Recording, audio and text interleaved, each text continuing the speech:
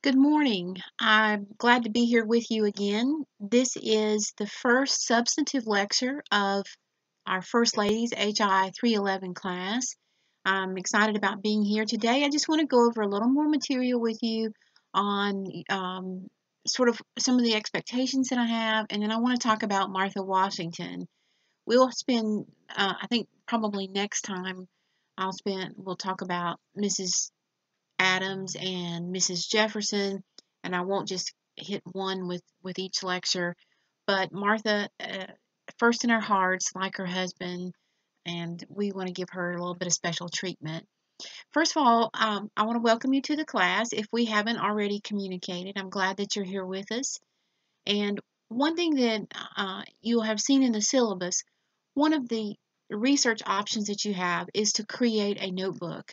And I have one that I use every year, and I add something to it. And I just wanted to show it to you. It's no great shakes. If you were here, I'd pull it out and let you look through it.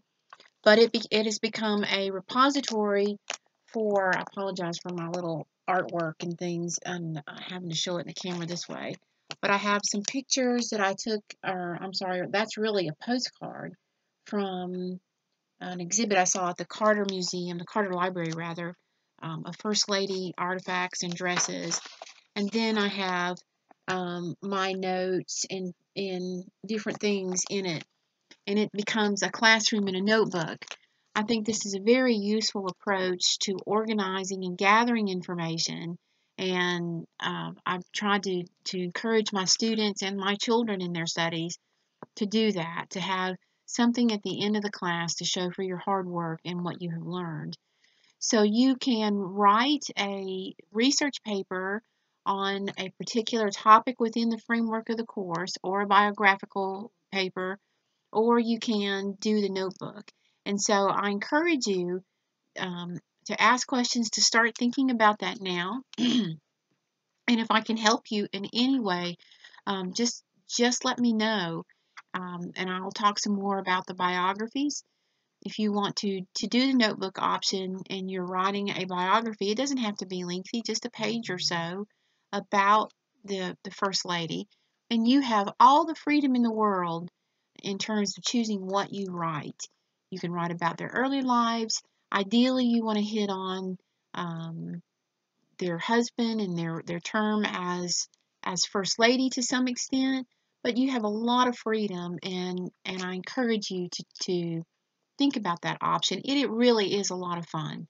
And you don't have to write on every First Lady, just the number that's specified in your syllabus. So take a look at that. And again, if you have any questions, you can text me, or we can talk, or we can communicate through email, however you want to. I want to be accessible for you. So today what I want to do is, I'm going to put my notebook away, but I want to talk to you. I have some lectures that I have prepared and used over the years on Martha Washington, and I just want to hit some high spots with you since we're not in person as such.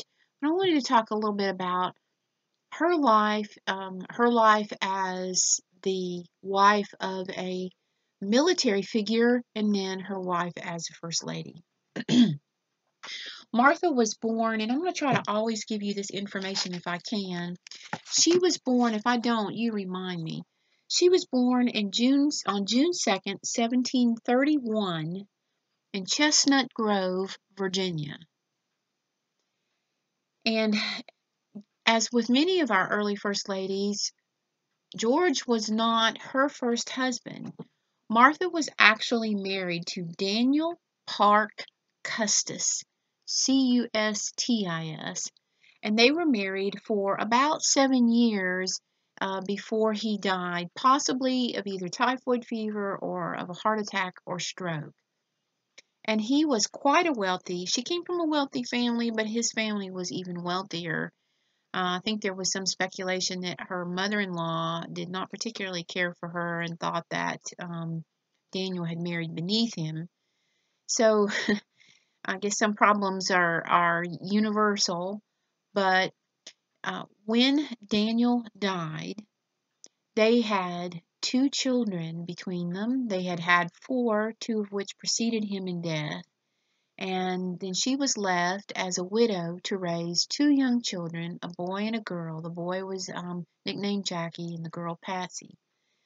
And Martha inherited much of her husband's wealth, but it's not the way you and I would understand that.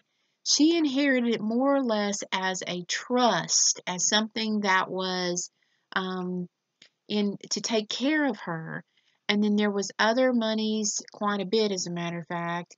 This is the plantation wealthy that was set aside to take care of the children as they grew into adulthood.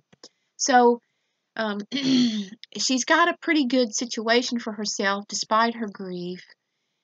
Um, she had, as far as I can determine, although she had those that were very much interested in her in terms of marriage, she really wanted to devote herself to taking care of her family and taking care of the family home, which was ironically called the White House. Back then in the great estate plantation homes, they had a name, and this one was called the White House. I think that's pretty funny. But she had dedicated herself, according to biographer Patricia Brady, to really just to to not seek remarriage, but to take care of her children. Patsy always had some difficulties with her health. We would probably understand her to have had epilepsy.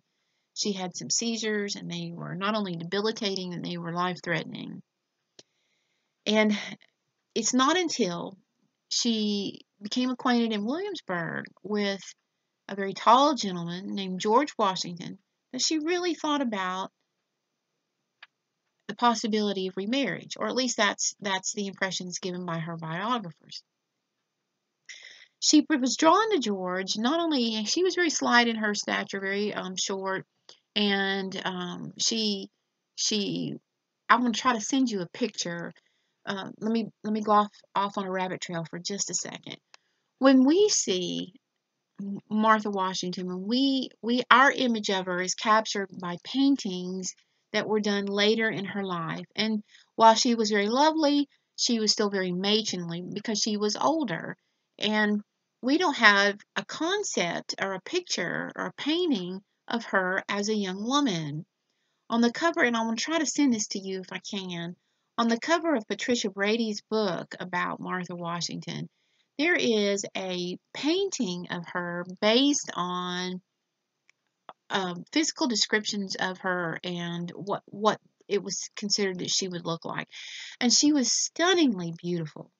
So she was at this point in her life when George met her, and she was a catch to be had. She had money, she had beauty, she had two small children, and she was the prize of the week. And there were those suitors that followed her, but as I say, there wasn't one that really was taken seriously by Martha other than George. And supposedly, according to her own comments, what won her over to George Washington was the fact that he was kind to her slaves, and uh, like it or not, we have to accept this as part of our historical heritage. And he was well known to be a man of good character and trustworthiness. He was very civil, and if, I'll go off on another rabbit trail there in a second if you let me. But he was also very warm and tender with her children, and that meant everything to her. And he will, during their marriage, spoil them terribly, as she did. One thing I want to say about George Washington, in the years when I've taught the American Revolution class, he is always the high point. Talking about him, he is a high point of the course. He is such an interesting fellow, and wanted to live his life as a man of character and dependability and responsibility. And we tend to look back and go, well, those were probably much more common then than they are now, but they were not. It was just as easy to be a rake and a sloth and a no good kind of no account person as it was, I mean, as it is today. And we will see, unfortunately, when we talk about Mrs. Dolly Madison's son by her first husband. That's exactly what she had left, and it was terrible, terrible situations.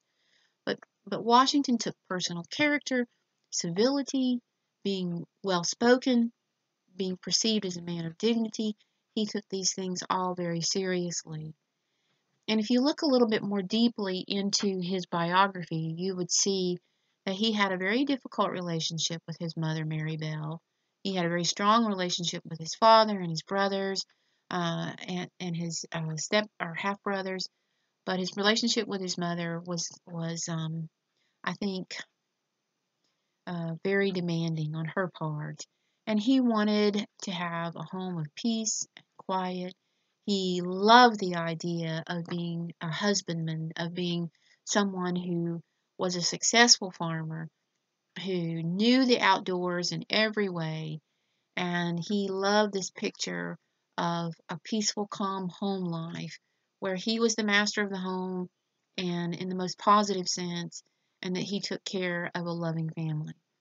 And in Martha, he saw that. Now, he was financially of a station below Martha. That wouldn't be difficult to do because she did have quite a bit of money, not only of her husband's, but of her own, her first husband, but of her own. But I think their marriage was one that was marvelous, and that by every estimation, she lived to make his home. I believe your author talks about that, to make his home comfortable and his life comfortable. And she certainly had to be a woman of fine character, like I suggested in our introductory lecture. And he may not have been able to achieve the things that he did had she not been the woman with the kind of personality and character. I keep coming back to that word, and character, that she was. So I want you to keep that in mind. And when you're selecting, if you do the notebook options and you're selecting, you might want to pass over Martha because, oh, everybody's talked about Martha, but she really is something. In our own constitutional convention, I'm jumping ahead a little bit, but on the timeline, but let me say this. In our own constitutional convention, which was held well after the war is over, our Articles of Confederation government was a miserable failure, and they were back at the drawing board trying to figure out how to come up with something that would stand the bickering states and all of the problems that were plaguing our young nation.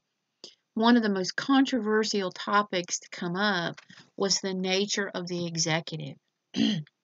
What is the executive going to be like? What are we going to call him? I think John Adams had some $10 suggestion, and his most excellent whatever, and uh, and, and no. So, but while our framers, the men at the convention with Washington present, hammered out the duties and responsibilities and powers and limitations on powers in Article 2 of the Constitution. It's very specific. He's got his marching orders. Nobody gave a single thought to the influence and role of the wife. Nobody's even thought about the term First Lady. What in the world? Who? What's that going to be? Not even anything to worry about. So when the wife comes to the office, it is, well, what's next? So I want to talk about that in a second, but let me go back. I'm sorry to jump across the timeline. And as you're listening, if you have a question, make a note in your notes, and then come back and ask me, and I will see if I can flesh any questions that you have out for you. But when the two are married, and Washington is able to start fulfilling they are married in 1759. When they are married, our nation is just on the verge, really, of once the French and Indian War is concluded, we are just on the verge of beginning our problems with England. And when this is some exciting times in George's life, when he takes on this adventurer's position to go out and in search of French fortifications in the territory. And all of this will eventually lead to the French and Indian War. And then after the French and Indian War is over, then all of a sudden we seem to find ourselves under the thumb of England.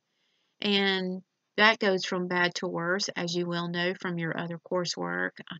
And he will answer the call to become leader of our, for lack of a better term, our national forces, as opposed to state militia in the war for our independence.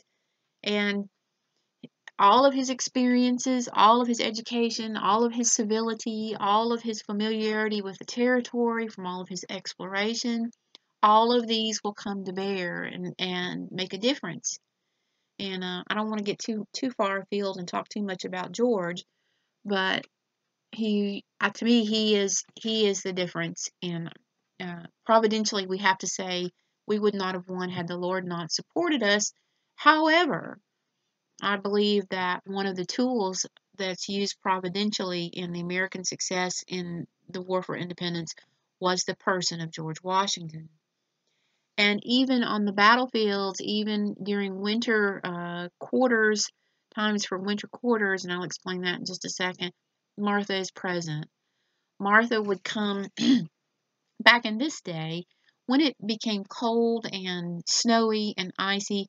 Fighting would cease for a time because it just wasn't practical to fight if you could possibly help it. So usually January, late December, January, the men would settle into winter quarters. So she would attend George. She would come to the winter quarters in Morristown or Valley Forge, and she would encourage the wives of some of his other officers to also come.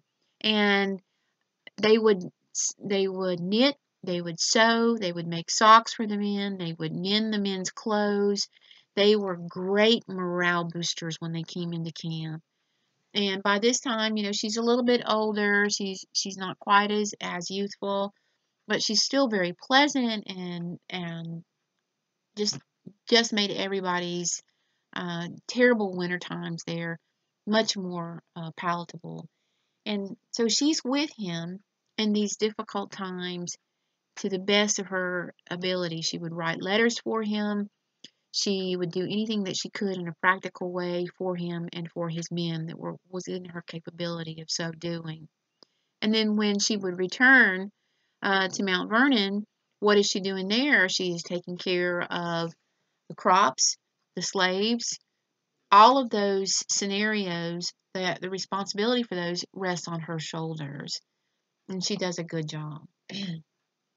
Unfortunately, let me give you some dates here. In 1781, her son Jackie, who is now in the military, he's married with quite a few children, I think maybe 7. He dies of dysentery or typhoid, which is not unusual. So he is a casualty of the American Revolution, and I want to give you this date. Patsy, a few years earlier, Patsy is her daughter by her first husband. Patsy will have a seizure, what we probably would understand as I say, an epileptic seizure, and she will die at home with George and Martha right there. And they are both inconsolable with that. So while their married life was very positive in their natural compatibility and their home, it was not without heartache. The loss of the 2 children that George loved as his own, they never had any children between them. If you see pictures with the Washingtons and a lot of children, they are grandchildren of Jackie's and his wife. And I think it's one of maybe Jackie's daughters or granddaughters that marries Robert E. Lee. If I weren't trying to remember that, it would come rolling off my tongue, but I can't. I'll see if I can double check that. But I mean, that great Virginia genteel society. But in any case, their lives were not easy.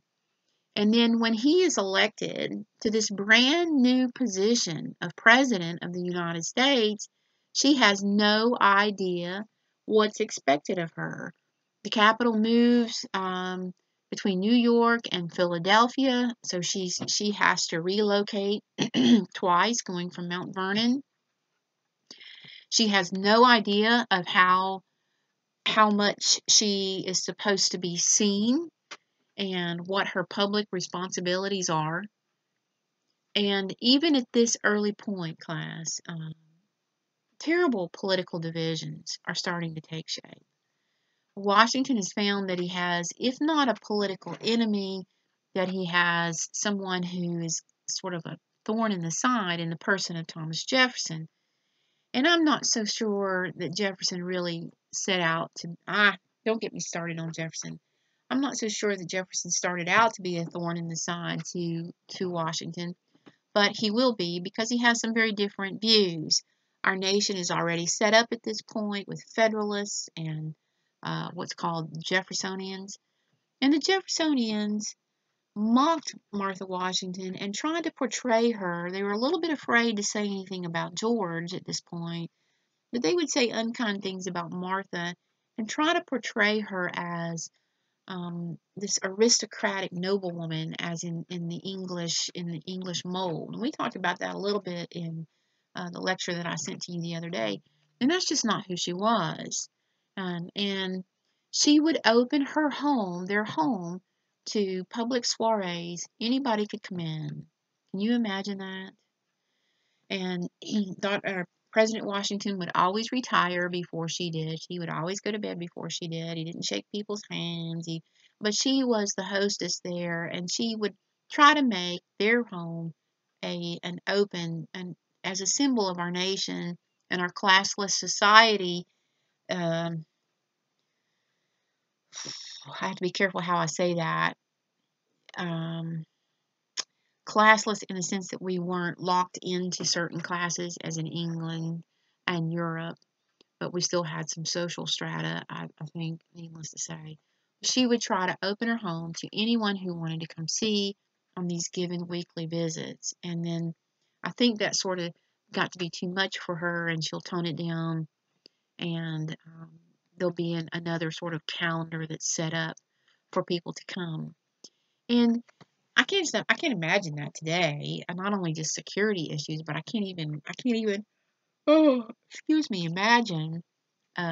imagine that. So anyway, so Martha is by his side, literally and figuratively, throughout all these different roles that he is carrying. We believe she was a woman of great faith. She was a member of the Anglican Church, which today we would call, the Episcopal Church, Church of England in America. She began every day with an hour of solitude. And I take that to be is like a quiet time, a time of reading scripture, a time of prayer, and every day without fail. That's what she was, reported to have done. He will, George Washington will go out in December of 1799. He will go out on a ride and get chilled and come back home, contract pneumonia after a few days, and then he will leave this earth. And she is left, once again, a widow to take care of the home. And I believe that his will freed his slaves. People have wanted to sort of tangle this up. And those that wanted to stay with Martha were allowed to stay, and there were those that did, and those that wanted their freedom could avail themselves of it. That's another thing that's kind of hidden in all of the controversy that comes out today. And Martha will follow him in death in about 3 years. And let me double check that. I'm looking at my notes. I gave you her, yeah. Yes, she leaves in 1802. I hope I've given you the right date. So she was born on June 2nd, 1731, and died on May 22nd, 1802. So she doesn't have long to tarry without George. I believe that, again, she was the perfect role model. She was well liked by Abigail Adams, who found her to be quiet, demure, unaffected, and that unpretentious. And Abigail was one who would, I like Abigail very much, but Abigail would call it as she saw it. And she would, if she had had a problem with Mrs. Washington, I'm sure she would have said so.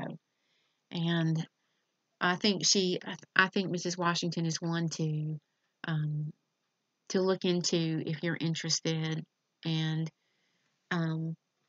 see that she was not the society matron, that she was first and foremost a wife and a mother.